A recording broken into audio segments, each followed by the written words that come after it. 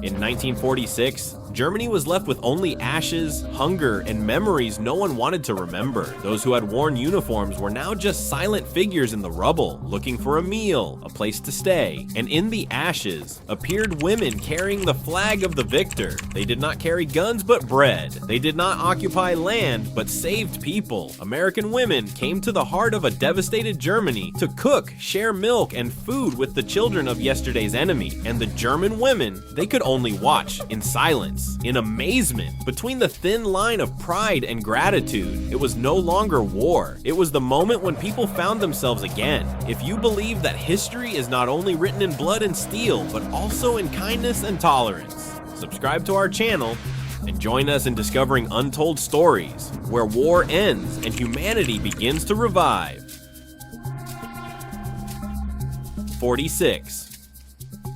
The war was over, but Germany had not yet truly risen. The gray sky was filled with smoke, the ruined buildings like wounds that had not yet healed. Barefoot children walked through the rubble, their eyes sunken with hunger. Women in gray scarves, waiting in long lines for soup, were silent shadows of the past. Amid the rubble, Greta Müller, a former Luftwaffe corporal, walked slowly. She had been in charge of logistics for the Western Bomber Squadron, part of the Nazi war machine. When everything collapsed, she had lost everything: her family, her comrades, her honor, and the ideal she had believed in. The old army jacket was now tattered, but Greta still held on to it, not out of pride, but because it was the only thing left that reminded her of who she had been. Every morning, she passed the building that had once been the Air Force headquarters, now nothing more than a charred concrete skeleton, the smell of burnt steel and smoke still lingering in the air.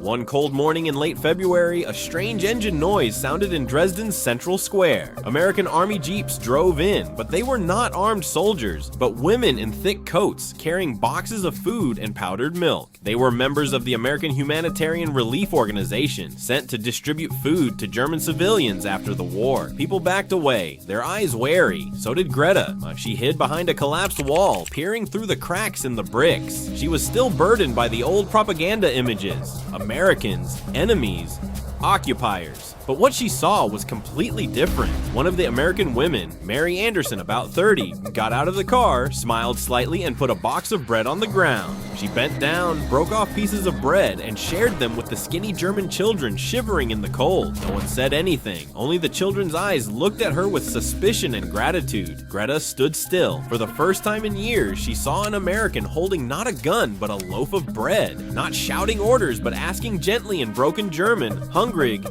eat." A boy held out his hand, trembling. Mary nodded slightly, placing a small piece of bread in his hand. Greta suddenly felt a pang in her heart. War had taught her to hate, to doubt, to survive. But today, amid the ashes and smoke, she saw something else. A glimmer of compassion. No one spoke of victory or defeat anymore. Americans, Germans, now they are just people rediscovering the meaning of life. When the war ends, people do not just count the dead. People also have to learn to look at each other again, not through the barrel of a gun, but with the eyes of compassion. That afternoon, the sky over Dresden was a leaden gray. Smoke from the American relief team's field kitchens mingled with the ashes of burning buildings. The German people, after days of starvation, began to gather around the food distribution area. Everyone kept their heads down, not daring to look directly at the American women. Greta stood at a distance, still clutching the frayed buttons of her jacket. Everything was struggling inside her: pride, fear, and a strange emotion she couldn't name. She had believed that mighty Germany would never kneel, but now she stood in the porridge line, in the ruins of that pride.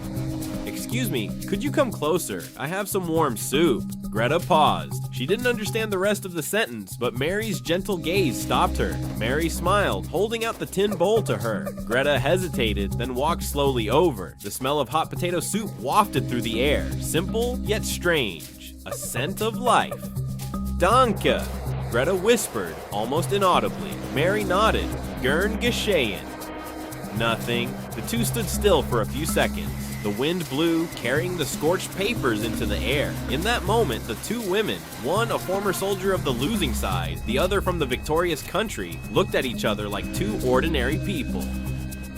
Greta bent down, saw the calloused marks on Mary's hands. Not like the aristocratic American woman she had imagined. Mary had gone through the war in a different way, not with guns, but with the courage to step into the land of those who had called her enemy. Greta wanted to say something, but her throat was choked, only the sound of children laughing by the fire, the sound that war had robbed her of for many years.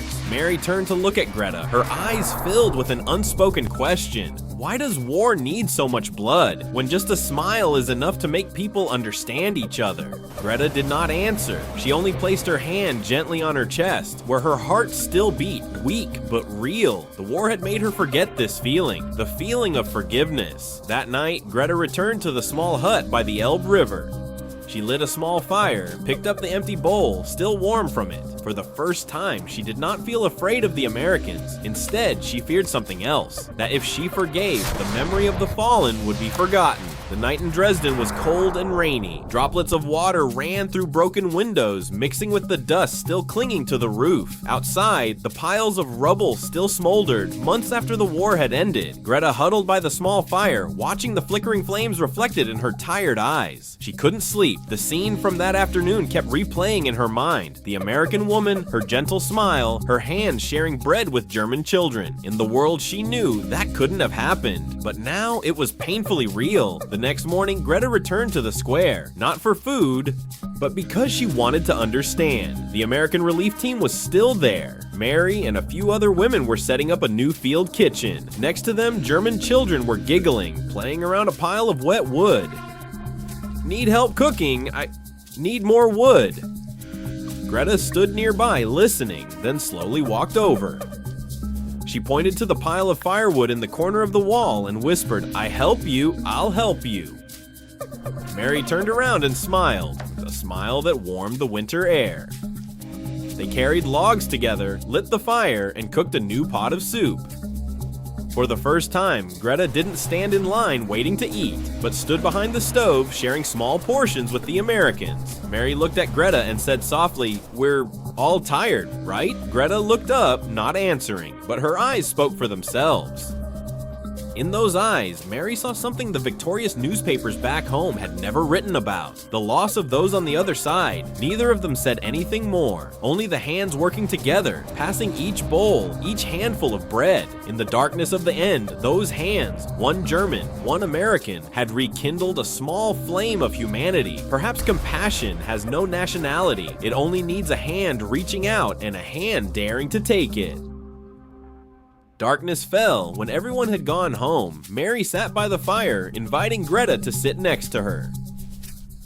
Both were silent, only hearing the sound of rain on the porch. Mary took a small photograph from her pocket of a man in an American uniform. "My husband did not come back," Mary said softly, her voice trembling. Greta was silent. She had also lost her lover in the skies of England. There was no longer a line between winners and losers, just two women, both lost, both sharing the same pain. That night by the dying fire, Greta realized there are wounds that don't need medicine, they just need someone to understand. The morning in Dresden was foggy again. Mary woke up early, still wearing her thick coat, and stepped out of the relief tent. The air was so cold that her breath turned to white smoke. On the small path leading to the ruined church, she saw Greta sitting on the stone steps, holding an old notebook. "Greta, aren't you sleeping?" Mary asked softly. Greta looked up, smiling slightly. "No, I just can't sleep when I can still hear the sound of the engines in my head." Mary sat down next to her, the weak morning light illuminating both their faces. On the page of the notebook, Mary saw symbols, lines written in black ink, coordinates, symbols of the Luftwaffe. "What are those?" Mary asked softly. Greta was silent. After a long while, she closed the notebook, her hands trembling.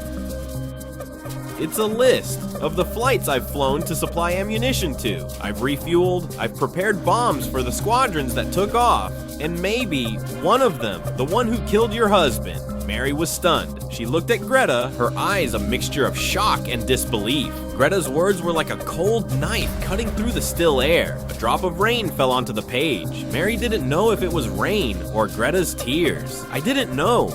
Greta said softly, her voice trembling. I was just following orders. When the war came, we had no choice. Mary turned away, silent. A feeling of turmoil rose inside her. The woman sitting before her had been part of the greatest loss of her life, but at the same time, she also saw clearly Greta's regretful, tired eyes. The eyes of someone who had paid the price for many years. That afternoon, Mary did not go to the relief kitchen. She wandered along the Elbe River, where bridges had been destroyed by bombs. Below, the murky river water swirled, carrying with it the rubbish and ashes of a once proud city. Above, flocks of black crows circled the top of the ruined church, calling out as if calling the names of souls who had not yet been released. Maybe forgiveness is the hardest thing, Mary whispered. But if I don't forgive, am I any different from those who started the war? When the afternoon fell, she returned to the square. Greta was still sitting there. Like a silent statue, Mary approached, paused for a moment, then handed Greta a towel. The war has taken too many lives, she said softly. If we continue to let it divide us, those who die will die a second time. Greta looked at Mary, unable to speak. She just bowed her head, tears falling on her hands, mixing with the cold rain. In that moment, the two women were no longer Americans and Germans. They were just two survivors in the ashes, trying to mend the last pieces of trust. Maybe the only way to end the war is to stop fighting in our hearts, Mary said softly. Late afternoon, the sun set behind the ruined buildings, leaving a reddish glow reflecting off the Elbe River. The winter water was cold, but on the surface, dozens of small candles floated, shimmering, feeble like the souls of the dead.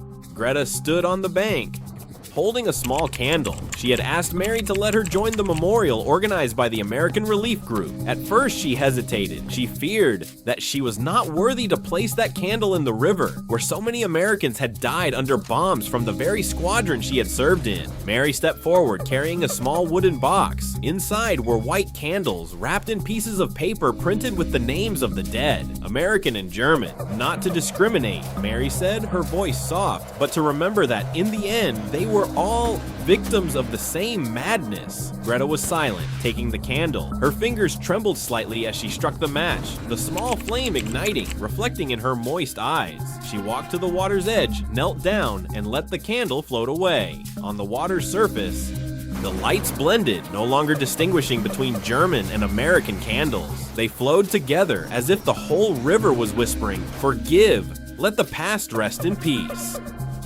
Mary approached and sat next to Greta. No one said anything. Just the two women sat together, watching hundreds of sparkling candles drift along the cold river, a rare moment of peace among the ashes of the old world. I used to think, if someone killed my loved one, I would never forgive, Mary said softly. But looking at you today, I understand. There are pains that can only be healed with compassion. Greta smiled, a tired but sincere smile. Maybe the war doesn't really end when the guns stop. It only really ends when people dare to look at each other with human eyes. As night fell, the candles on the river were still burning. People began to gather around the banks, silently watching the light drift away. In that darkness, there were no more uniforms, no more symbols, only people learning to hope again. Mary gently placed her hand on Greta's shoulder. "Thank you for not leaving." Greta turned and whispered, "Thank you for not hating me." That night, the sky over Dresden showed stars for the first time in months.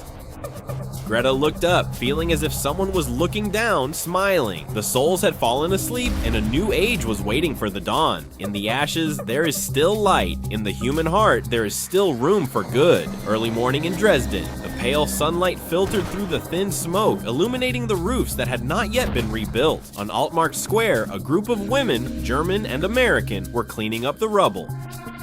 The sound of brooms, the sound of broken bricks, the voices of people calling to each other in a mixture of English and German, all combined to create a new rhythm of life, fragile but real. Greta stood in the middle of the crowd, her blonde hair tied back, her old coat covered in coal dust. Next to her, Mary smiled gently, helping an old woman wrap relief bread. From afar, German children trotted along, cheering when they saw American trucks carrying boxes of powdered milk and blankets.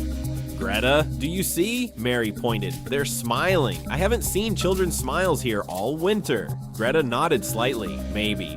A smile is the first sign that a city is alive. A gentle breeze blew, carrying the smell of freshly baked bread from the makeshift kitchen the American women had set up. Greta closed her eyes. The scent reminded her of her childhood, mornings in Leipzig, when her mother would bake bread in the oven, while her father, a watchmaker, would adjust the old minute hand on his workbench. The war had taken everything, but perhaps, with just a scent like that, people knew they could still start. Mary walked into the makeshift kitchen, put on an apron, and began stirring the pot of soup. Greta looked at her, a little surprised. "You really know how to cook?" Mary smiled, not turning around. "When the war broke out, I had to learn. At home, I used to cook for the entire field hospital. The smell of delicious soup was the only thing that made people forget the smell of gunpowder." Greta let out a small laugh, a soft sound, but perhaps the first in many years. A moment later, she rolled up her sleeves and joined the group of German women chopping vegetables, washing dishes, and distributing food to children. There were no more fences, no more distances, just tired people working together to keep the kitchen fire burning. War is not only killed by guns, but also by suspicion. But here, in this small kitchen, faith is being rekindled. From the pot of soup, from the smiles, from the hands of two women who were once enemies. In the afternoon, Mary brought a small box with a photo inside. She placed it in front of Greta. "This man is my brother. He died in Normandy. I used to hate Germany because of him." Greta's hands trembled slightly as she looked at the photo. A young American man, bright eyes, a gentle smile. "Sorry," she said, so softly it was like a breeze. Mary smiled. "No need. If he were alive, he would probably want to see me cooking with a German." They both laughed. A real laugh. Not forced, not bitter. In the sky, a group of American planes flew by. Greta looked up, a shiver running through her heart. The old reflex, the old fear. But this time, instead of dropping bombs, they dropped parachutes, relief boxes, drifting slowly like white snowflakes in the air. Children cheered, adults applauded. Mary looked at Greta, smiling brightly. They didn't bring war anymore. They brought dinner. Greta smiled softly. And maybe they brought back faith. The afternoon wind blew through the old square again. White cloths fluttered, blue smoke rose lightly in the sun, and laughter spread far and wide. On the wall, someone had scrawled in charcoal. Greta looked at the writing for a long time. Perhaps that is the only truth left among the ruins. 3 weeks after the first relief drop, Dresden began to revive. But in the back alleys, the darkness remained. The darkness of suspicion, of undiminished hatred. One cold morning, Mary was summoned to the American Army guard post near the river. An officer informed her, "We have just discovered a group of Germans still loyal to the Nazi party. They are hiding around the center, possibly planning to destroy the relief warehouse." Mary frowned, her heart sinking. The first image that appeared in her mind, no one else, was Greta. She said nothing, just walked out silently, her heart heavy. "It can't be," she thought to herself. "Greta can't belong to them." Elsewhere, Greta was gathering some old clothes and a bag of bread, planning to give them to the orphans in the suburbs. On the way, she saw a few German men moving stealthily, their eyes cold, the old eagle emblem embroidered on their collars. She recognized them, the remnants of the Waffen-SS, those who refused to surrender. One of them approached, his voice hoarse. "Greta Vogel, look, you served in the air defense force, right? You fought for the Reich, so why are you bowing to the Americans now?"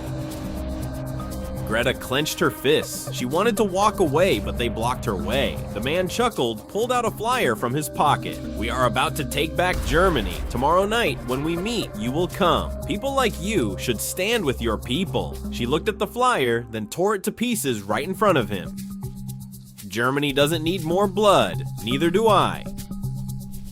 He looked at her coldly, then walked away. But Greta knew, from that moment on, she was being watched. The next afternoon, Mary returned to the field kitchen, but Greta was not there. The old woman who worked there said, "She went out this morning and hasn't come back yet. I'm worried it's getting dark." Mary immediately went looking for her. She crossed the square, past the ruined buildings, all the way to the south. There, she saw a group of American soldiers searching. Greta was being held back, her hands raised, her face shocked. She was caught carrying Nazi propaganda. one of the soldiers shouted. Mary ran over. Wait, this is a misunderstanding. She snatched the paper from their hands. It was the same leaflet Greta had torn up yesterday. Mary gasped and explained. She was forced to give it. She had nothing to do with it. I know her better than anyone. The commanding officer stared at Greta. We will investigate. She was a German soldier. I can't believe it. Greta bowed her head, her voice choking. I lost everything to this war. What else do you want? Mary took her hand, squeezing it tightly. I won't let them do that, trust me. That night, in the detention barracks, Greta sat silently, looking through the bars. Outside, the snow began to fall. Mary still stood outside, wrapped in her cloak, not leaving. Despite the guards chasing her away, she still waited. She did not believe Greta had betrayed her, not the woman who held the candle by the river. In her heart, war was rising again, but this time, it was a war to protect faith. Greta looked out, her eyes gradually blurred by the steam. She saw Mary standing there, not leaving. In that moment, between the iron door and the falling snow, Greta realized, maybe, this is true freedom, when you are no longer afraid and there is still someone who believes in you. The next morning, the detention center echoed with the sound of hurried footsteps of American troops. The investigating officer arrived, a long list in hand. They were looking for evidence against Greta. Every previous action, every contact with Americans was now being scrutinized as a sign of treason. Greta sat still, her face pale, her hands trembling slightly. Mary stood beside her, her eyes determined. She did nothing wrong. I can prove it. The officer nodded, his voice cold. We will listen, but this is the procedure. Mary began to recount each detail. Greta's first day cooking for orphans, the food distribution in the devastated neighborhood, voluntary actions to help people without any instructions from anyone. The American soldiers were pensive, looking at the certificates, diaries, and photos that Mary had brought with her. If all this is true, then she is innocent, an officer exclaimed. Greta took a deep breath, her lips trembling. Do you know what it feels like to be suspected even when you want to do good? Mary took her hand gently. I know, but now everything will be clear. The people who had received Greta's help were called to testify. They told of the German girl who did not hesitate to stand up to protect children from hunger, who shared every cake, every slice of meat with them. An old man said, she brought light to a dark place. If that was betrayal, then we were wrong. The story gradually revealed Greta had no connection with the remaining German extremist groups. Even some Americans who had been suspicious before now had to bow their heads. We misunderstood her. Mary breathed a sigh of relief. A feeling of relief spread. Greta looked at her, her eyes brimming with tears. Thank you, Mary. Not everyone will be as patient as you. Outside, the snow was falling heavily. Greta and Mary walked out into the yard, each step imprinted on the white snow. Both were silent, no words needed. In that moment, trust was restored. Mary broke the silence, smiling. War can take many things, but it cannot take away faith. Greta replied, her eyes shining. And courage, whether German or American, can find each other in the most unexpected places. Early in the morning of February 12th, the sky was gray. The thick clouds seemed to portend something terrible. Mary stood in the camp yard, frowning at the horizon. Not good, they're coming. Greta ran back, her hands holding onto the wooden fence. Mary, those planes are American. Mary nodded, her voice reassuring. Yes, but this time it's not to help. They attacked directly. The Germans didn't have time to react. In the sky, dozens of P-47 Thunderbolts were flying. Thunder rumbled. Bombs fell on ammunition depots, and the German auxiliary barracks were destroyed. The German soldiers in the camp area were temporarily panicked. Run! Run! A sergeant shouted. Greta and Mary looked at each other, their hearts pounding. We have to save the children and the people, Greta exclaimed. Mary nodded without hesitation. Let's go. No one will be left behind. They rushed through the muddy roads, clinging to the broken cars. The explosions continued. Smoke filled the air. Greta used her hands to pull a group of frightened children into the shelter. Mary helped an old man who had fallen down, shouting, "Hold on, don't be afraid, we're here." American planes bombed continuously, destroying the granary, and the shortcut bridges were leveled, but Greta and Mary remained steadfast, taking each person to safety.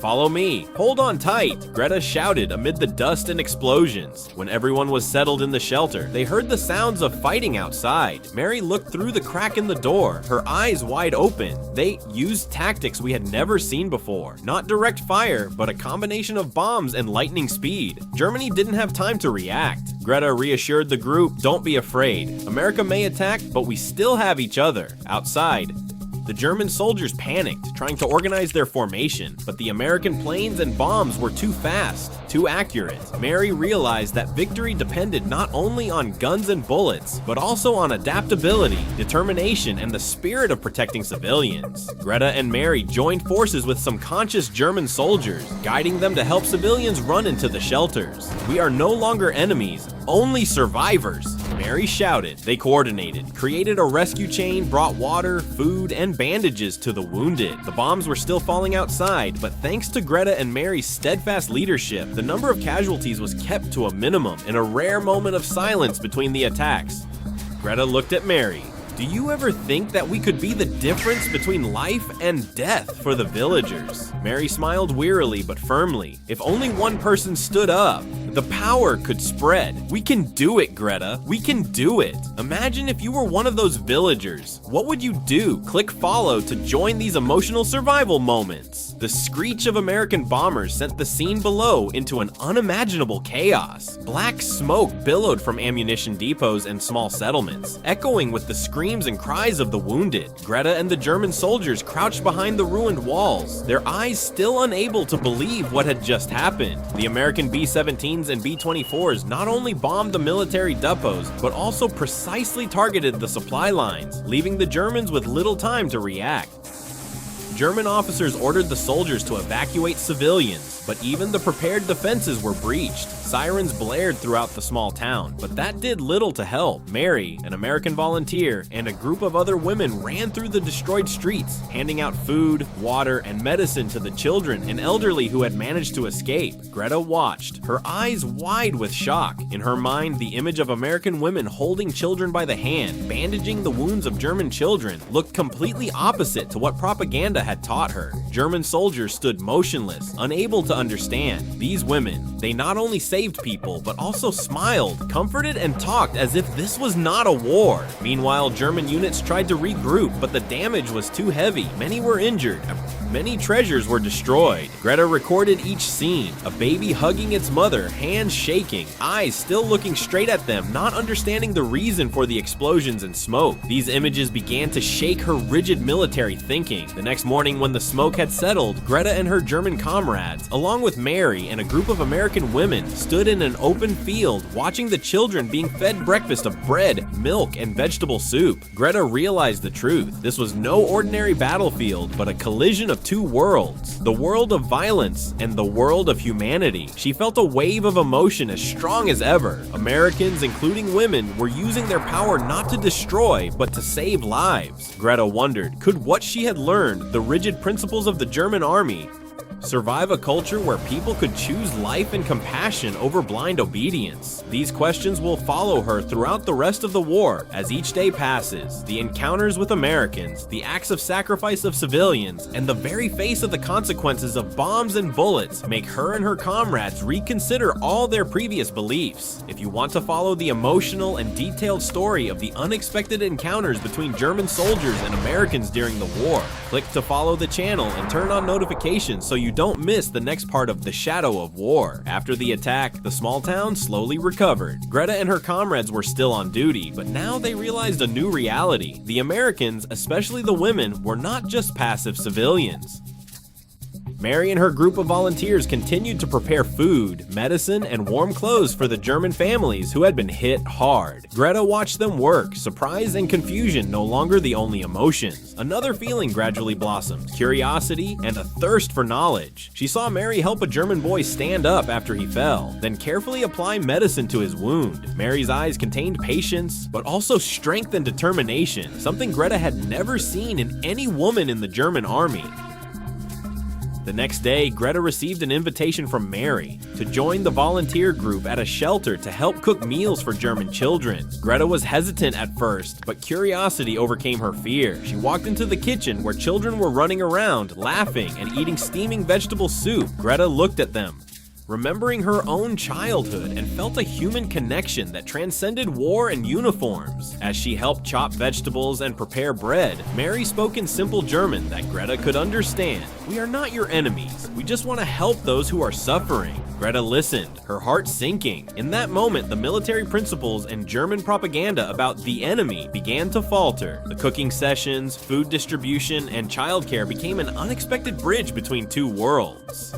Greta saw her initially skeptical German comrades begin to observe and learn to cooperate with the American women. They began to realize that humanity can exist even in wartime, and can even ease the most intense tensions. As night fell, Greta sat by the window of her tent, writing in her diary.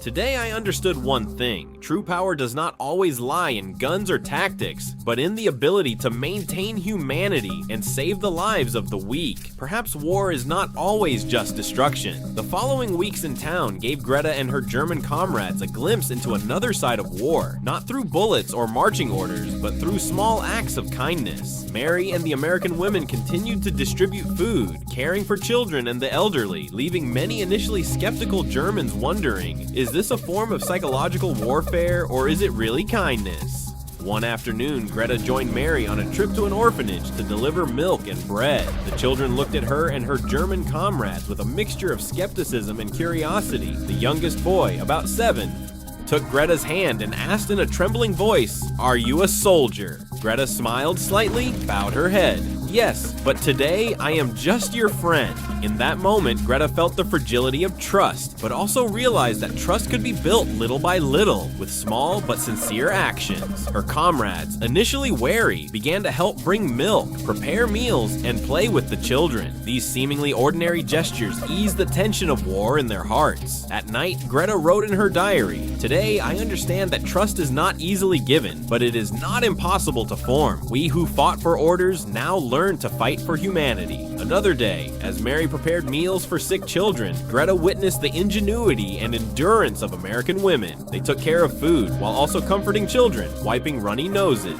changing bandages, and talking reassuringly. Greta felt overwhelmed. This was a strength the German war had never taught her. The strength of care, patience, and determination to save lives. She realized that wisdom and kindness were also a form of strategy. When a group of sick children were saved, joy and laughter spread throughout the camp. Greta realized that even in times of war, there are wars that do not require guns and are still deeply meaningful and decisive to the human soul. Day by day, Greta and her German comrades began to realize that war was not just about guns and orders, but also about seemingly simple actions that had great transformative power. In the mornings, Mary and the American volunteers distributed food to civilians and children, helping German families left behind in the rubble of bombs.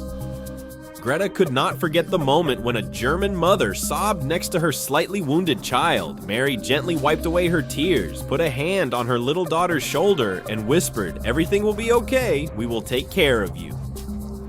The German soldiers stood by, surprised and amazed by this calm and devotion. They were used to seeing the world through the lens of the military, where every action had a strategic purpose or served the orders of a superior. Within weeks, Greta and other teammates began volunteering to do Mary's work, cooking, sorting clothes, cleaning orphanages, and helping hungry children. The change in their mentality was obvious. From skepticism and wariness, they gradually felt the joy of helping others. This joy came not from victory or orders, but from the feeling of making a direct positive impact on human life. One day when Greta carried a child to the infirmary, she realized the fundamental difference between American and German culture. In America, people were willing to put aside the collective interest to do something good for others. In Germany, she had been taught that every action had to serve a strategy, a plan, or the national interest. Now she was witnessing unconditional kindness, without expectations of reward or strategy. She wrote in her diary, "Today I learned a lesson that guns Guns and bullets never taught me. True strength lies in small acts that come from the heart. In this moment, Greta realized that the American women were not only caring, but were creating a foundation of strength for the community that even the German soldiers respected.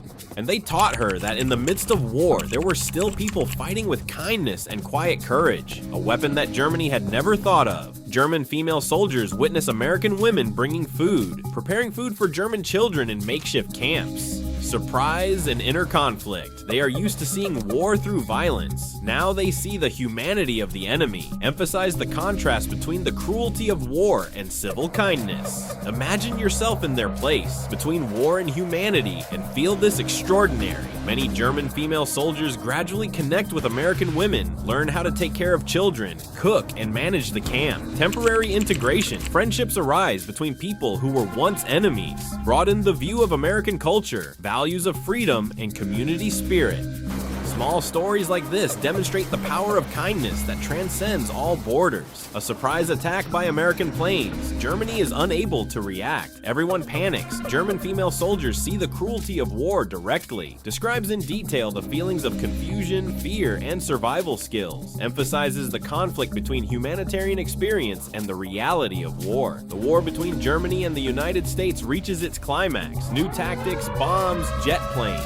German female soldiers witness the differences in American culture and combat, civil spirit, personal determination. The main character must choose between obeying orders and protecting human life. Develops character psychology, maturity, and inner transformation. Germany realizes that America is not only strong because of the army, but also because of culture, freedom, and personal spirit. Lessons from the camp. American children, women, and civilian soldiers help them re-examine their own beliefs, amazement, learning, and acceptance of difference. The war ends militarily, but the consequences and memories remain. Female characters and German veterans gradually reintegrate into society, bringing with them humanitarian lessons. The American camps become a testament to humanity in the midst of war. The story closes with a general vision. Humanity can find compassion even in war. Memories of America, the camps, women, children, and individual courage are remembered. Let this lesson be kept. Even in the darkness of war, humanity shines through.